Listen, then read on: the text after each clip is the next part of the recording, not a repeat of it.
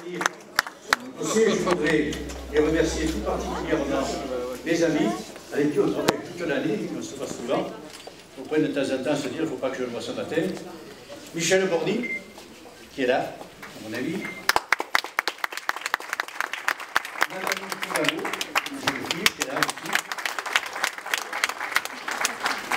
Rélia Benabouya, qui est là, qui ne présente plus. Armand Bénichou, qui est ici, et qui travaille. Charles Béni, j'ai vu quelque part. Derrière. Voilà, et je ne vais pas oublier mon voisin Denis Barthélemy, qui est ici, qui est un ami des Canadiens. Madame la conseillère régionale. Voilà, les personnes. Surtout, je voudrais les remercier en mon nom personnel, qui certainement en propre, parce que ce sont des élus de qualité qui travaillent et qui, lorsqu'on les invite, sont présents. Voilà, donc je les remercie tout particulièrement. Alors, je vous ai infligé ce petit discours-là. Je l'ai préparé là, avec mon fils il n'y a pas longtemps. Mes chers amis, voilà bien longtemps que la fin du mois de janvier constitue pour nous un prétexte, voire même le meilleur des prétextes pour nous trouver et pour nous retrouver. Bien sûr, il y a la tradition républicaine des vœux.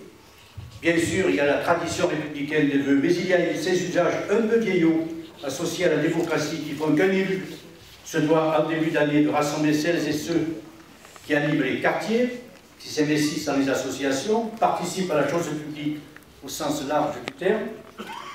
Mais ici, ce n'est pas pareil. Nous sommes au confluent de deux mouvements sans lesquels, pour moi, rien de grand ne peut se faire et rien d'intelligent ne peut émerger. Ici, il y a d'un côté l'amitié, toujours sincère, la fraternité indéfectible, la solidarité omniprésente. Et puis de l'autre, il y a les valeurs, le regard commun que nous portons sur la société, son évolution et l'envie de ne pas être seulement des spectateurs et des acteurs, certes modestes, mais engagés. Ici, le dogmatisme n'est pas le bienvenu. Nous avons des lignes jaunes au-delà desquelles nous sommes prêts à combattre le racisme, l'antisémitisme, l'argent roi, le cynisme et la folie des marchés et la violence. Nous avons des mots-clés aussi qui nous guident et sont autant de phares dans notre vie quotidienne comme dans notre engagement public. L'égalité. Égalité d'accès au logement, à la santé, à la culture, au sport. La laïcité innégociable, le respect de l'autre quel que soit son rang, son grade, son âge et ses qualités. Et puis le travail. Je vous en reparlerai du travail. Cette valeur éminemment, absolument, entièrement de gauche, avec son corollaire qui est le mérite, et que certains qui se disent de gauche voudraient décrire comme une menace faite à l'égalité. Au nom de tout ce qui nous unit, de tout ce qui nous rapproche, au nom de cette amitié si précieuse et de ces valeurs essentielles, je suis heureux de vous retrouver ce soir et de vous souhaiter le meilleur pour l'année qui débute. À la liste des vœux traditionnels, la santé, le bonheur familial, la réussite professionnelle, j'ajouterai cette année 2 ou 3 ingrédients dont nous aurons particulièrement besoin au cours de ce premier trimestre: l'énergie, la combativité et l'enthousiasme. Vous l'avez forcément compris. Si j'en appelle à votre énergie et si je convoque votre enthousiasme, c'est parce que le 23 et le 30 mars, j'en suis profondément convaincu, Marseille a rendez-vous avec l'espoir, le mouvement, l'initiative, la justice sociale et le progrès.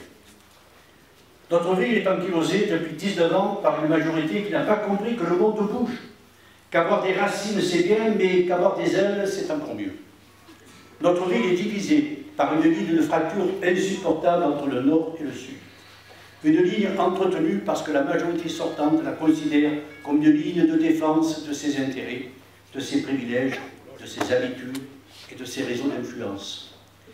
Marseille n'est plus dirigée parce que ceux qui ont mandat pour le faire n'aiment de la vie publique que les coulisses politiciennes, les dîners mondains et visiblement un peu lourds, par incompétence.